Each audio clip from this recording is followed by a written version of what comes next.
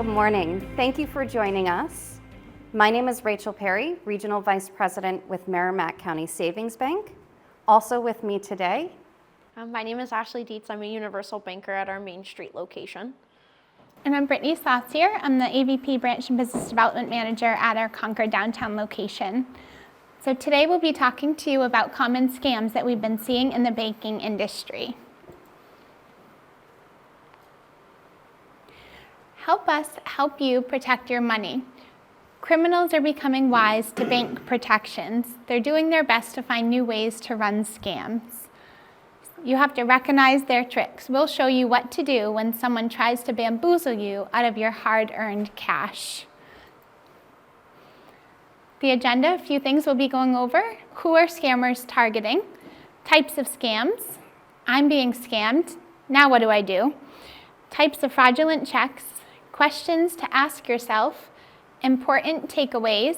Question and answer. And resources. And if you have a question at all within the presentation, just please let us know and we can stop and answer that for you.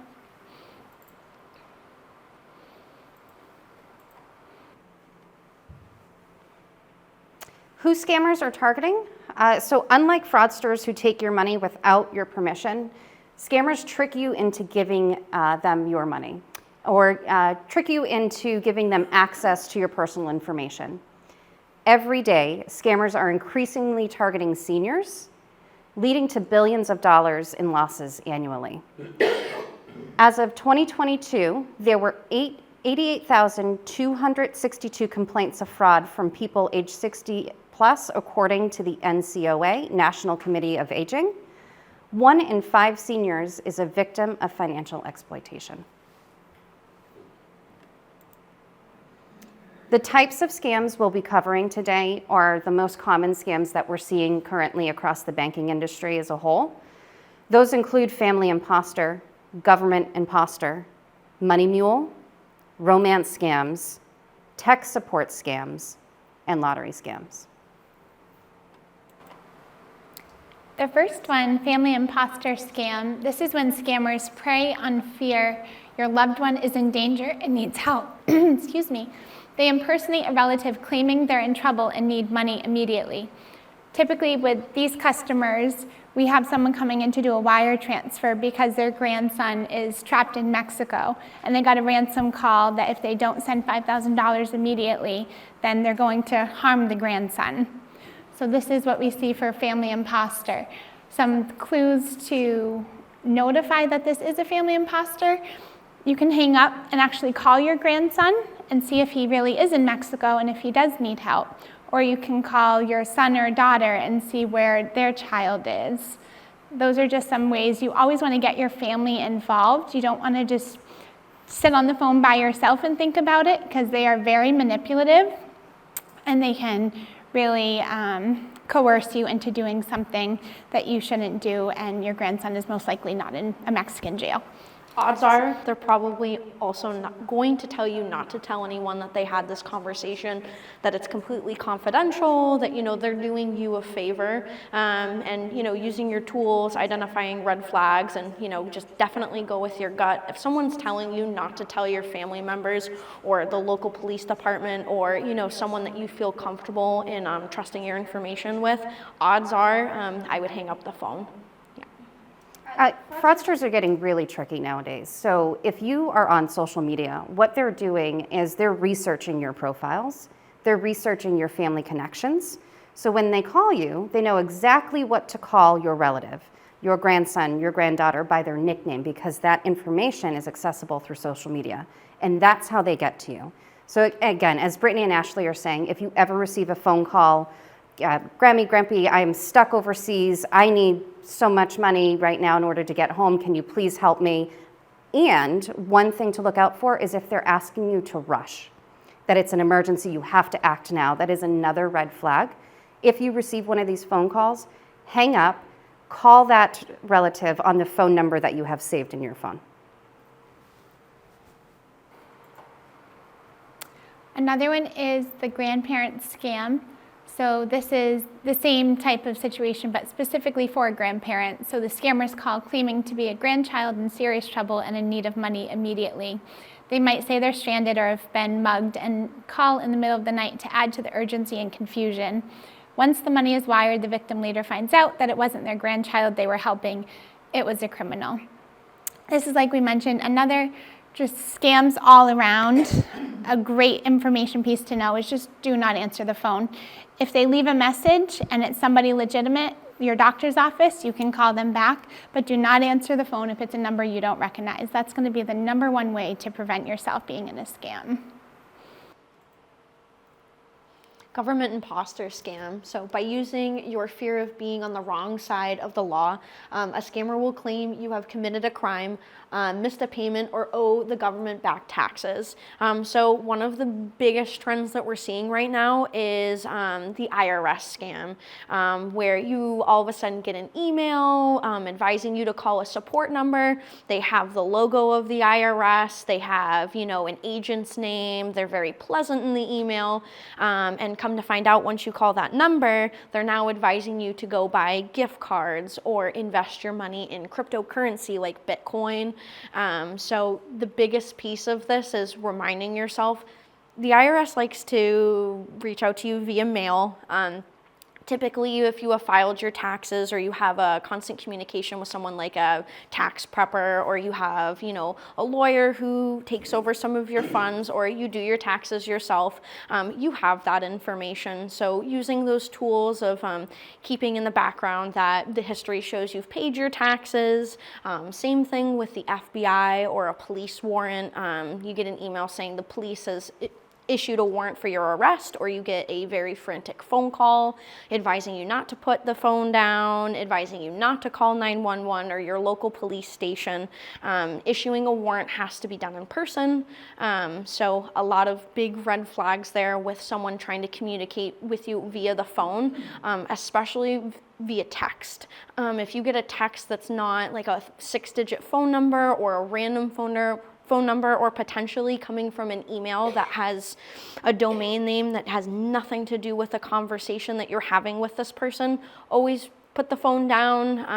There are plenty of resources calling the actual police department, making sure there isn't a warrant out for your arrest, and getting in contact with potentially maybe someone at the bank to make sure you did pay your taxes. But the biggest piece of it is hanging up the phone, going through your own information, and also keeping in mind that if a random phone number is calling you, odds are they do not have good intentions. Yep, we actually had a customer who came in and was requesting a large cash withdrawal. So on the banking side, we, as your financial representative, we look for these red flags, and we know our customers. We have that relationship. And when this particular customer came in asking to make a transaction that was completely out of the ordinary, that prompted the banker to ask more questions. So this individual was coming in to make a large withdrawal because he had received a phone call.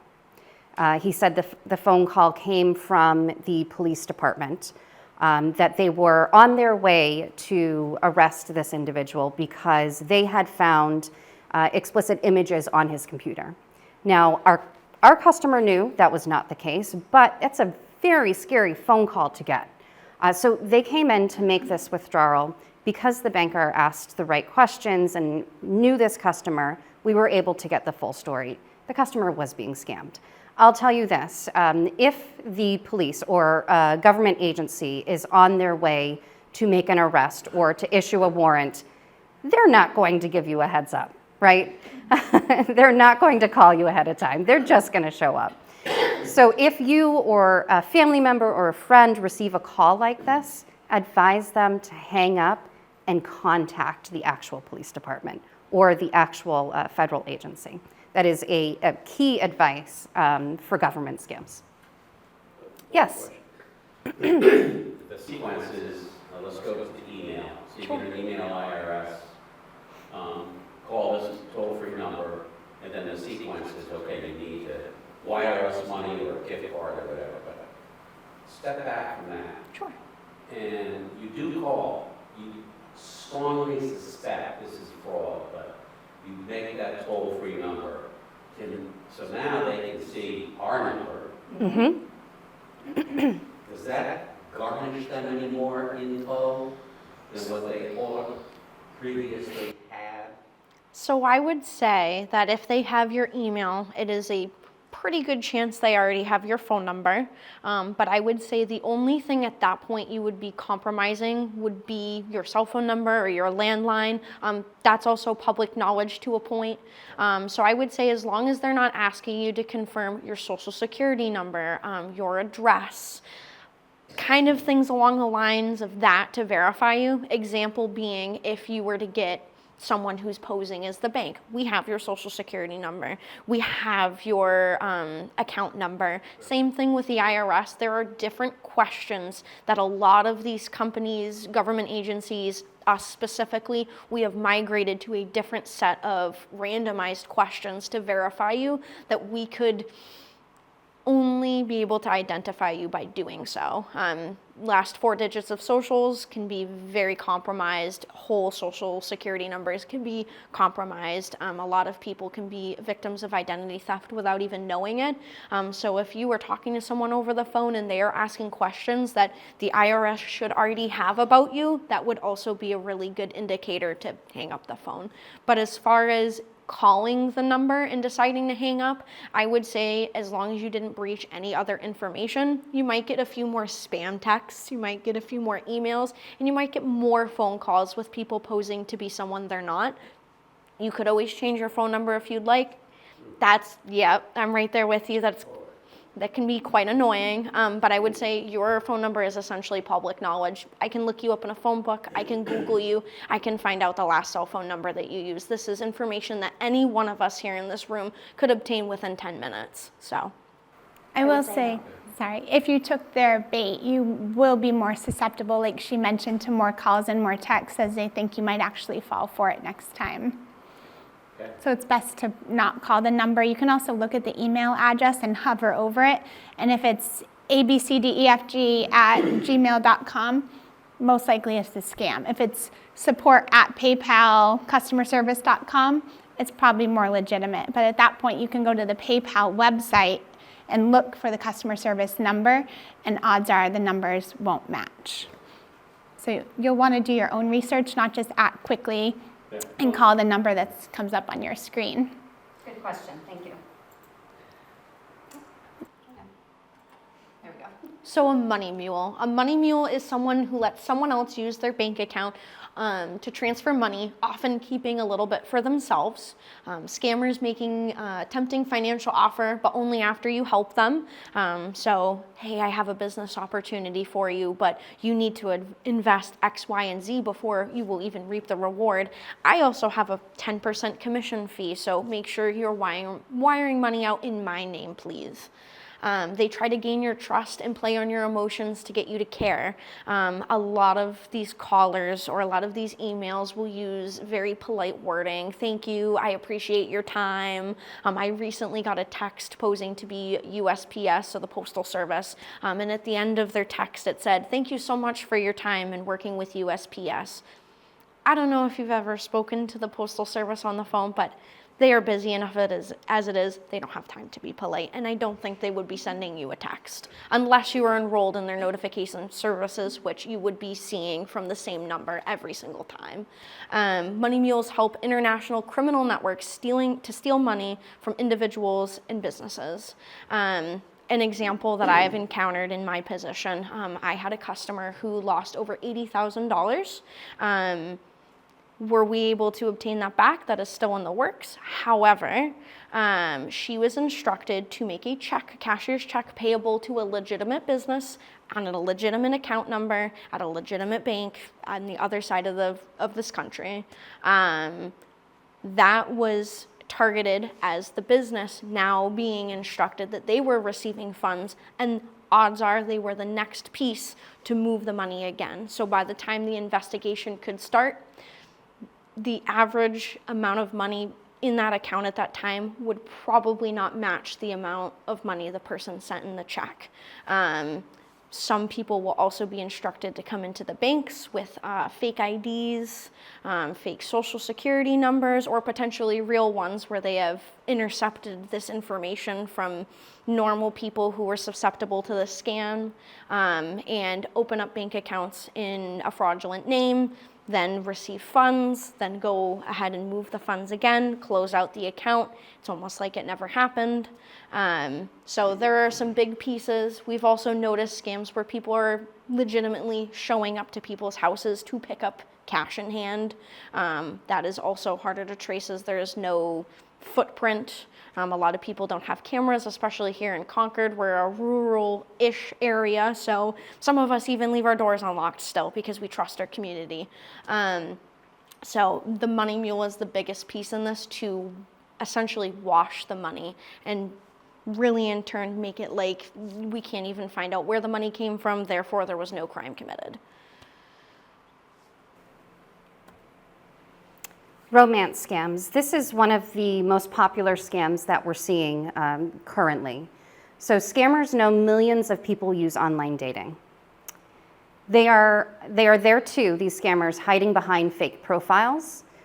It's a scam if the individual professes love quickly, if they ask for money, if they claim to need money for emergencies. So with these romance scams, we see them, they can either start the interaction just a month into the relationship, asking for money, asking for favors.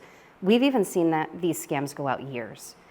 So the customer is truly believing that this individual is sincere, and they make excuses why they can't be seen in person. Either their car is broken or they have family issues going on, and they make promises to come out in a few months. But if you or a friend are in a situation where they've said, I've met someone online, that's fantastic. And yes, that is quite possible. However, there are instances where family and friends did meet someone online, and sometimes, loneliness makes us blind to these red flags of the individual asking for money. And then first it might seem small. I need tires replaced. Do you have a couple of hundred? And because you care about them and you're creating this relationship with them, they easily convince you. So romance scammers will tell you creative lies, like I had just explained, and they'll try to get you to give them money, obviously playing on your emotions, to cloud your judgment. So common tactics they use is they adjust their story for each situation, say they can't meet you in person, they will ask you for money, and they will actually tell you how to pay them. So yes, it is true, but we've seen customers that, they're coming in, they're making large cash withdrawals, we're asking the questions, why aren't you writing a check? Do you know this individual? How long have you known them? And their response is, well, they need to receive the funds by gift cards. Now, I'll tell you something. If anyone is asking you to pay them in a form of a gift card, 99.9% of the time it's a scam, right? So please, if you are involved in online dating or you have friends or family, please share this word with them. It is so common right now. And sometimes, our customers, they take a while to actually admit that they've been involved because it is embarrassing.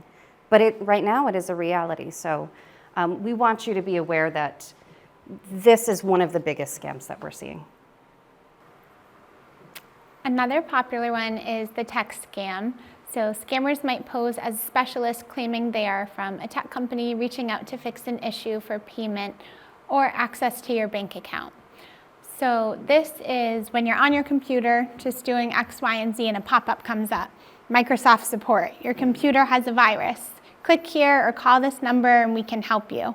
And then you're on the phone, you spend $600 and they fix your computer. But now they've actually put a virus on your computer. They could put a keystroke virus on your computer, so anytime you're typing something now, usernames, passwords, they have access to that.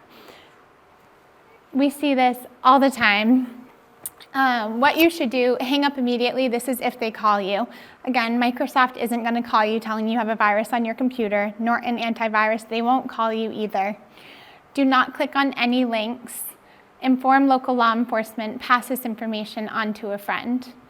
So another one with the trail of this scam that we've seen is the Microsoft agent says that you owe them $600. So you pay them $600, but now they have access to your online banking.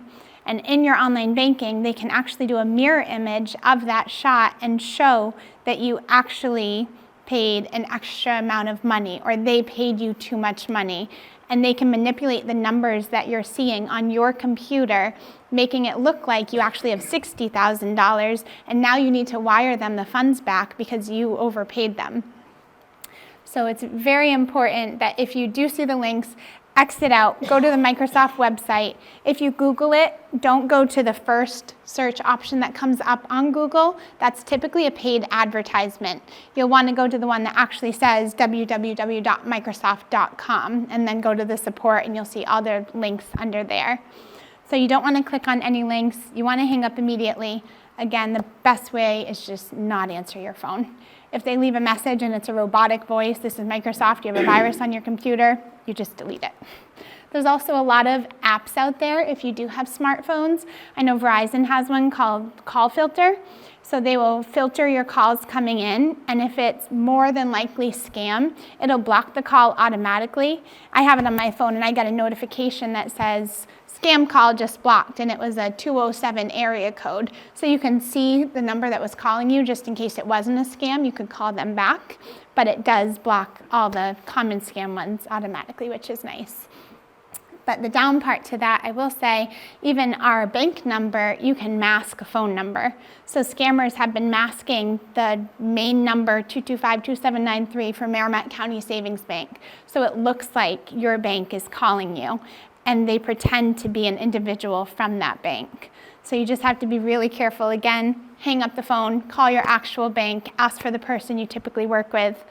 Does anybody have a banker that they typically work with at their bank, a specific person? We strongly encourage this. Having that go-to person at your bank is going to enable them to become accustomed to how you use your transactions, how you contact the bank.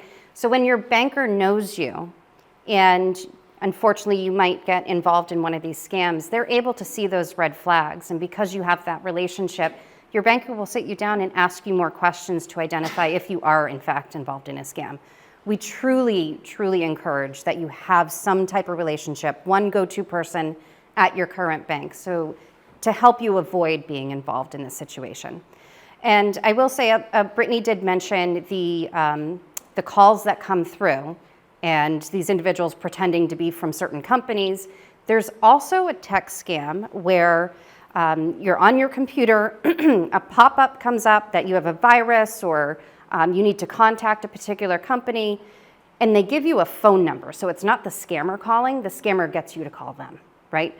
So this pop-up, it says call 800, whatever series of numbers to contact Microsoft, and what you're actually doing is you're contacting the fraudster, and that's how they get you to give them information so they can now have full access to your computer and possibly online banking information. So something, yes? In that, excuse me, in that situation where you're on the internet or whatever, and this thing pops up, specifically Microsoft tech support, how has the scammer accessed your computer? So bear with me, I'm not the best technical person, but your computer runs, you have an IP address. When you're connected to the internet, these are things that can be hacked by scammers. So it's not you finding a particular website that is open to scammers, it's they're specifically targeting you. And so when they have access to your computer in that manner, that doesn't mean that they have introduced a virus to your computer. It's possible they could. And also in that situation, like Brittany was saying, once they've gotten into your computer, they can see your keystrokes. So let's say they're in your computer, you happen to go on your online banking to check your account balance, they now see what your username and your password is. If this happens to you, so I'll back up, if you get that pop-up and it says call this number, do not click anything, do not press anything, shut the computer, go to your bank, talk to your banker. Again, this is why it's important to have a relationship with your bank. We are familiar with those images. We are familiar with these situations. most likely we're going to recommend that you take that computer to be cleaned. At the Merrimack, we recommend that our customers use companies like Geek Squad through Best Buy, professionals who clean these computers to make sure that the scammers no longer have access to your information. You said Best Buy? Yes, yes. Our customers often use Geek Squad at Best Buy. I'm going to tell a personal story about the time where I downloaded a virus to my laptop, my brand new laptop that I had bought within 48 hours. Now, I am very much like Rachel. I'm not the most tech savvy. With my new career, I have become that way. But I got a pop-up that said I need to update my Adobe Acrobat player. Now, I was running on a MacBook. What Ashley didn't realize at the time is MacBooks don't need Adobe Acrobat anymore. Within moments, my computer notified me that I had downloaded a virus. Now, I was just graduated from high school. I had no idea how to even approach a virus. So then I was instructed to contact support. The virus on my computer had now mimicked and mirrored an Apple tech support, had me download Mac Cleaner or Mac CCleaner. And it would run diagnostics in my computer and tell me it was clean. My computer started randomly making noises when it was shut.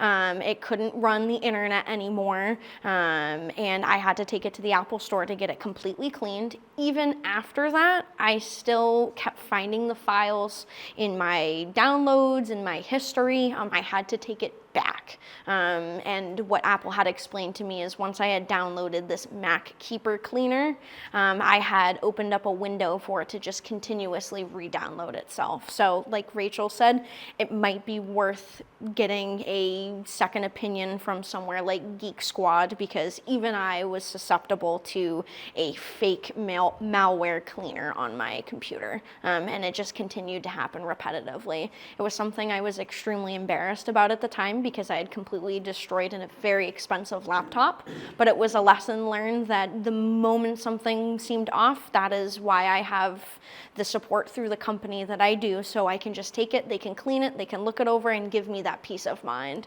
But I did a very similar situation where I thought I had a cleaner on my computer, and that was not the case. It was actually the root of the virus.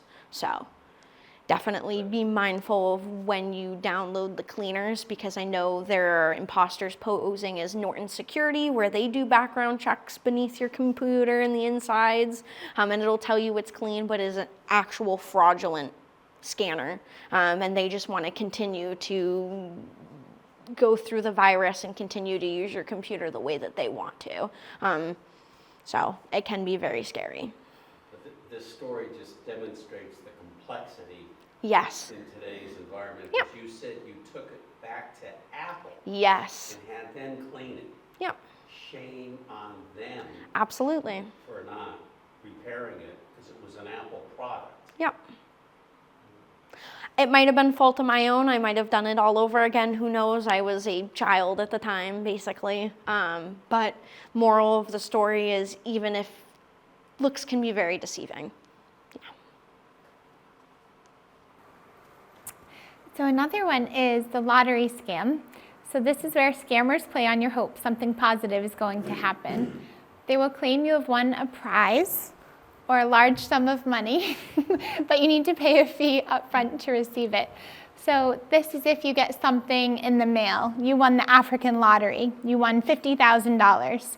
The catch is you got to pay us back the taxes. So you have to wire us back $5,000 to pay for the taxes. But you go ahead and deposit this in your account and then just wire us the money and you get to keep the $45,000. So like Rachel said, our tellers are very privy to this scam and all of the scams. We know what to look for. They know what to look for. So they will ask you more questions about the check, especially if it's not typically in something that your behavior is for the bank. So if you go up to the teller and you say, I have a $50,000 check to deposit, and they say, oh, Mary, were you expecting this check? This is typically like not the amount of money you deposit. Oh, well, I won the African lottery. Here's a letter I got from the mail saying that I won. And then they can stop the fraud then and there. If the deposit does go through, maybe it's a mobile deposit and it goes through just very temporarily, then you come in to do the wire, we'll ask those same questions. Have you met this person you're sending money to? Who is this person? What are you paying for? Because you need a purpose for the wire anyway. And if you say taxes on African lottery, we're gonna know that that's a scam and we're gonna help save your money from there.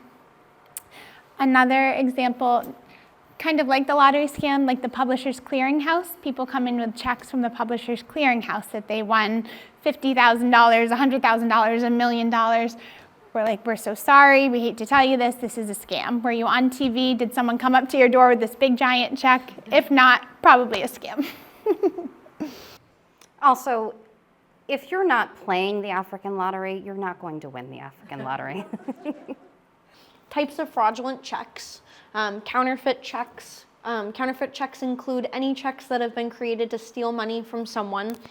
This includes fake cashier's checks, money orders, personal checks, and business checks.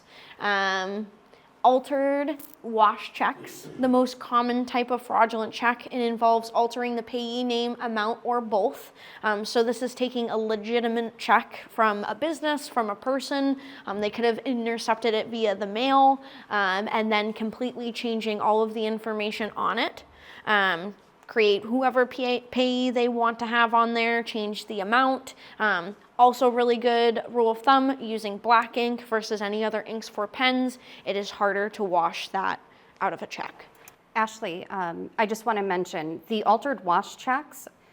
This was actually in the news earlier in the year out in Florida. A individual had gotten a hold of the post office box keys, the big blue boxes that you drop your mail in, and they were able to access the mailboxes and all of these checks. So this also happens in Concord, believe it or not. Be mindful of the activity that's going on in your bank account. If you see a check that doesn't look right, obviously go to your bank and ask more questions.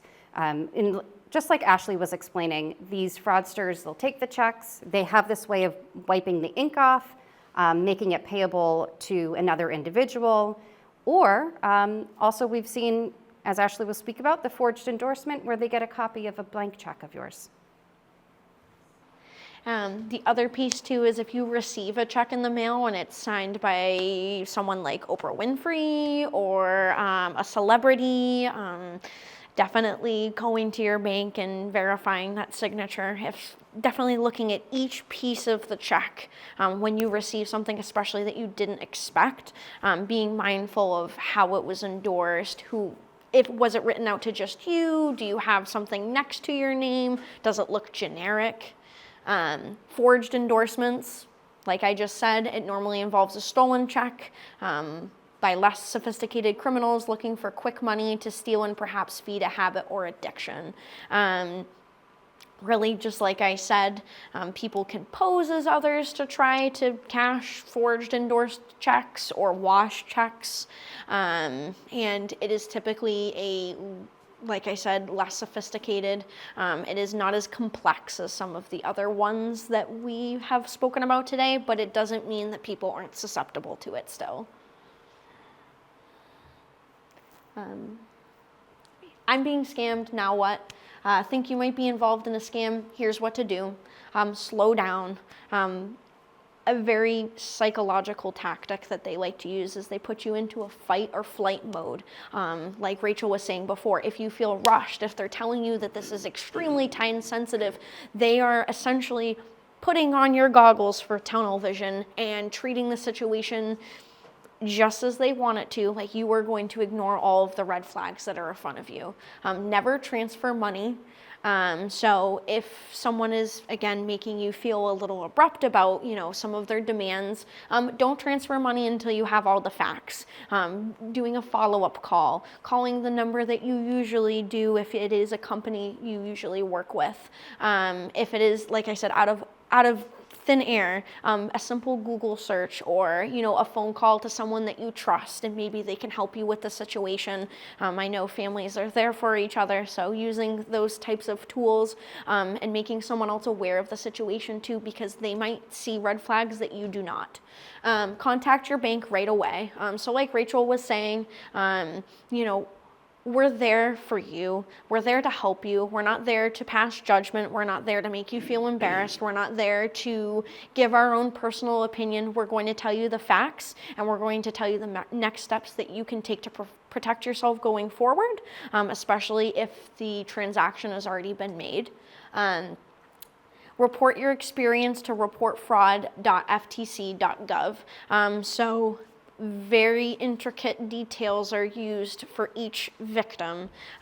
Maybe it doesn't connect the dots all in one area, but if someone can report their fraud, the government can now come in and kind of connect the dots across the country and potentially link your situation to other scenarios that have happened with others, and in turn potentially be able to catch the criminal. Yeah, it's so important that if you are involved, you or a family member or friend are involved in a fraud scheme or a type of scam, that you are reporting it to the police and to our federal government agencies. The reason why we ask you to do this is it helps us across the nation to identify current scams and fraud schemes and the patterns. Once we can see the patterns, our federal agencies typically can narrow it down and catch these individuals who are trying to steal your money and your information. I also wanted to mention us here, even if you're not a Merrimack customer, if you think you're being scammed, feel free to come into one of our branches and talk to one of us about it if you feel that you don't have someone at your bank. Again, even if you're not a customer, we're happy to help you. We just don't want to see this happening to anybody. So think twice when a pop-up on your computer asks you to click on it or call a number. You're asked to purchase gift cards or put cash in a cryptocurrency ATM. That's another scam we've seen as a trail of the other ones, as a way of transferring money to these criminals, is they ask you to go to the bank and withdraw cash and then go to Hannaford and deposit it into the Bitcoin ATM. Once you deposit it in that ATM, it goes in their account and it's gone. You're not able to get that back, and typically if you've been a participant in the scam, you're not going to get the money back. That's why you have to be very, very careful and think twice. Like Ashley said, ask your family, ask a friend, ask your banker, just get a second opinion on what's going on. You were contacted by someone claiming to be a bank employee, like I said, masking the phone number. They call from the bank's phone number, hang up, call the person you actually work with, or go to our website or go to your bank's website, get their actual phone number and call them back. The banker will not get mad at you if you say, I just want to verify this is the correct person, I'm going to hang up and I'm going to call you back. Britt, I just want to jump in right here. So this, you were contacted by someone claiming to be from the bank. This is an actual scam that was seen in Concord, where individuals were receiving a phone call. The fraudster was saying, I am from so-and-so bank. I'm contacting you because we've discovered that there's a fraud scheme going on at the bank. We're asking you not to tell your bank about this phone call. We're giving you a heads up. Please go into that bank, withdraw your funds, and open up an account, and they'll give you another bank to go to. This is an actual scam that we saw. If you receive a phone call from someone claiming to be from the bank, we are not, as said before, going to ask you for your social security number. We're not going to ask you for your login ID to your online banking. We're not going to ask you for your account number or anything like that. We already have that information. So if you get a phone call from an individual claiming to be from your bank, hang up and call your local bank or visit your local bank. That's a great way to avoid this. Also, just a brief story on claiming to be a bank employee. So I had a customer, and I will say that scams do not discriminate. Age doesn't matter.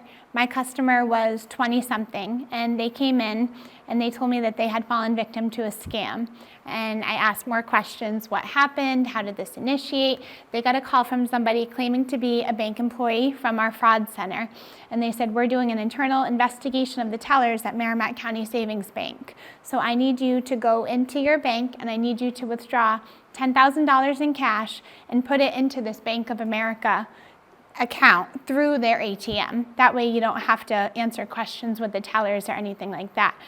And this customer was very concerned. He came into the bank. He had this great story. This is why I need the cash. It's cheaper to pay for this in cash. This is the make, model, and year of what I'm buying. So they were asked to lie to the bank, and he came up with a really good story to lie to the bank. So the teller really didn't think anything of it. It was within the normal range of activity, so those can be a little bit harder to recognize as well. And then he did end up going to Bank of America and depositing the $10,000. The fraudster was on the phone the whole time. And after he put that in and he got the receipt, the fraudster told him, now you can go into Bank of America and talk to a customer service rep to make sure it hit that account, and hung up. The customer went into Bank of America and he's like, you've just been scammed and now you're out $10,000. And that was a 20-something-year-old. So like I said, age isn't a factor. Anybody can be scammed. Never got it back. Nope. They just prey on your vulnerability and, like Ashley said, fight or flight. Yeah. In most of these situations, if you are partaking in the scam, if they've convinced you to the point where you're taking action and withdrawing funds or sending the money, because there is that involvement, many times we can't get the funds back. Also, if you're wiring money, depositing into an ATM, purchasing gift cards, those are instances where most of the time your bank cannot get the money back. Yes? I wanted to say, I was a lawyer and I was scammed. It was a text scam. Mm-hmm. And I was horribly embarrassed. Sure. Horribly embarrassed. But thinking back on how it happened, I realized I'm 67. I was raised to have good manners. I was raised to trust other people. And as a woman, I was raised not to say no if I could avoid it. You know, to be pleasing. And I think a lot of young people also do not have the confidence to get an adult to back off. So in that way, I fault myself, you know, that I was people pleasing to let this happen. I don't think it's going to happen again, but the whole thing makes me very sad. Of course, and just as you speak to that embarrassment, our customers, when they are going through these situations, it is embarrassing. But I want to remind you, your bank, they're familiar with these instances, and we don't pass any judgment. We are simply there to help you and help protect your money. Thank you for sharing that with us. Again, like we've mentioned, ask to lie to the bank. If you're told to lie to your banker, you are being scammed. Branch employees are the people you can trust. They won't tell you to do something that could potentially cause you harm.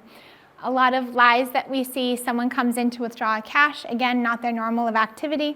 Oh, well, I'm renovating my house. It's actually cheaper to pay the contractor in cash. We can ask more questions, go deeper into the lie, because odds are they're being coached to lie. Just say home improvements, but the fraudster won't necessarily say, oh, I'm getting, 50 planks of wood for my kitchen floor and I'm getting a whole tile backsplash. They're just going to say home renovation. So once we start asking questions and we notice that nervous behavior in the customer, then we can sit them down in an office and actually talk about the situation, and most of the time recognize the scam as well. To input off of what you said, an experience of mine when I was a teller, I had a customer who I saw every single day. I knew who her grandkids were. I knew what she was doing on her weekends. I knew where she worked. I knew, what she was going to go home and do after she got home from the bank. I had a customer who flat out lied to me, even though we had discussed certain home improvements. She had come in, requested cash, said she was going to be building her sunroom. We have talked on numerous times about her finally renovating and building her sunroom. So for me, I still ask the additional information. Why are we doing this in cash? Oh, a good friend of mine down the road is going to be doing it. We're just going to handle things in cash because it's easiest. She told me exactly what she was going to be doing with the sunroom. She had flipped her phone over and showed me what she was going to be ordering for it. So it was very in-depth. Luckily, that did not go through, after taking the time to, say, are you sure? Are you sure you want to do this? Are you sure they won't accept a cashier's check? Those are your neighbors. They should be more than happy with taking a cashier's check from you. They'll understand she brought the funds back. I believe if I hadn't have taken the time to ask more private questions, she would have had the scammer either come pick it up or she would have mailed the money. So the biggest take about that is you can be intricate. They're going to tell you to lie. They're going to tell you to lie to the teller, to the branch manager, to anyone you sit with. They might actually have you keep them on the phone and put them in your pocket while you're talking. If someone is instructing you to keep them on the phone with you, putting it in your purse or putting it in your pocket, hang up the phone. Because not only are you potentially risking your own information when the banker starts talking with you, but you're potentially putting them into jeopardy as well, which is not something I thought of until this moment. So really, really any names, any type of information you can give them while you're sitting in that financial institution can prevent them from further helping you if this were to happen again, and from helping other customers not become susceptible to scams, because the more they know about what we do to try to help you, the more they can work around that and the more intricate it's going to get. So important takeaways: don't rush, pause and think about the transaction. You might have missed something. Again, fraud is not discriminatory. It can happen to you too. If it's too good to be true, it probably is. There's no such thing as free money. Like Rachel said, if you don't play the African lottery, you're not going to win it. If you fall victim to a scam, you may be out of the money. Again, as she mentioned, if you are a participant in that scam, odds are you are out of the money. We definitely have problems with them. We have Zelle fraud and we have Venmo fraud. So it's all about sending money to somebody you know and somebody that is expecting it, or receiving it from somebody that you're expecting it from. I've had Venmo for 15 years now, a very long time, and I love Venmo. My brothers, one's in New York, one's in Colorado, and anytime there's a birthday present or anniversary or something, they Venmo me money, so I'm accepting it from people I know. I'm only using it with people I know. I don't use it for strangers. At a craft fair, that might be different. Someone made a craft, I bought a winter hat, and they have a little Venmo code, so I scan the code and pay them on Venmo. But again, you're having that person-to-person interaction with that person, so I'm comfortable with that. If somebody's on the phone and they're saying, here's my Venmo name, can you Venmo me this amount of dollars for helping you? I wouldn't do that. I would get whatever service it is done and have that face-to-face conversation with them, because some people do prefer Venmo, and that's okay. And same thing with Zelle. If someone's saying, like Facebook Marketplace, if they want you to pay for the item before you actually go and pick up the item, that's a red flag, because then they can just bait and switch you. You already paid the money. Zelle, just like Bitcoin ATM, it's gone. It's cash. They've already transferred it. You can't get it back. So I would just say be cognizant of that, and as long as you have a face-to-face with the person you're Venmoing or paying with Zelle, then I would be comfortable with that. Yeah, I'd like to tag on to that, because Zelle has had a lot of bad press in the last 6 months to a year.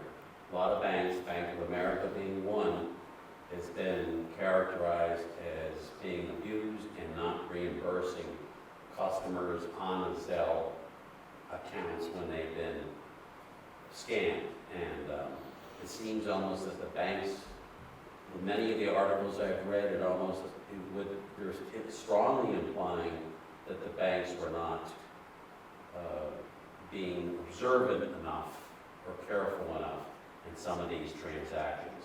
And some of the people try to get money back, and there's a federal investigation into it now. That's how, correct me if I'm wrong, you should know. So I will say this. Yes, there are scams that involve companies like Zelle or Venmo or Cash App. I won't say that it's the company that is in the wrong or the bank. I will say that it's individuals who are falling prey to these scams.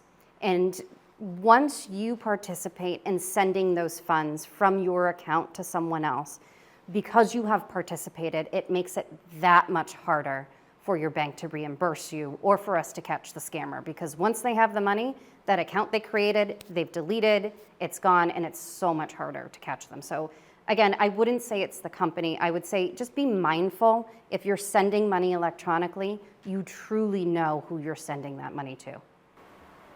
Well, and I never heard of Cash Out, that's a different one.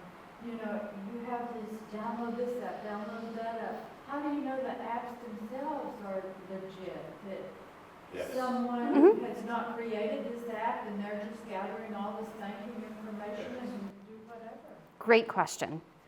Do some research. Ask your friends, ask your family, ask your bank, right? So if you come into the bank and you say, I just heard about this company called Cash App, is it legitimate? My first question is, who told you to use the app, right? So I want to understand. My bank did. But no, those companies, they are legitimate. But if you do come across a company name you're not familiar with, do some research. Talk to your friends, talk to your family, talk to those who know, because most likely they've either heard of it or they haven't heard of it, and they'll be able to give you some sound advice. And what would be a different way? My daughter does gig work sometimes, and they'll say, okay, we'll drop it in your Venmo account. Well, she doesn't Sure. have one because she's like me. What would be the alternative for her to use? Send a check. We can go the old-fashioned way, sending a check. Most- Obtain a bank check. Most banks also have bill pay where it generates an electronic check. So if it is someone like a family member or a close friend, they could provide you with the information so you could send it like a bill payment if you're familiar with that inside like online banking. The other piece too is you could always, again, wires are susceptible to things, but if you know the person and they're willing to give you their information too, again, met them face to face, or maybe you're going on a trip and you're working with like a management company and they provide you with the wire instructions, you can always call the financial institution and they will confirm the wire instructions with you. And between the lines, 9 times out of 10, they're probably going to tell you, maybe you shouldn't send that wire. So we try to be as diligent as possible to abut off of the Zelle. A lot of financial institutions, I'm speaking for my own, we implement some securities and safeguards as to how we watch Zelle transactions go without obviously compromising our process and giving that as public knowledge. Speaking for the Merrimack, we do take additional steps to make sure that we have eyes on transactions that seem out of the ordinary. Also, for downloading an app, when you go to download the app, there's reviews and there's stars, so that's another good thing. You can read the reviews. If someone's saying this is a scam, maybe it's a scam, but I would just keep reading all the comments and the reviews from people, as well as talking to your family and friends about it, and banker. Good questions. Do we have any others? Hearing none, seeing none. Thank you so much for joining us today. I hope you're able to take some valuable pieces of information that you can share with your friends and family. Thank you.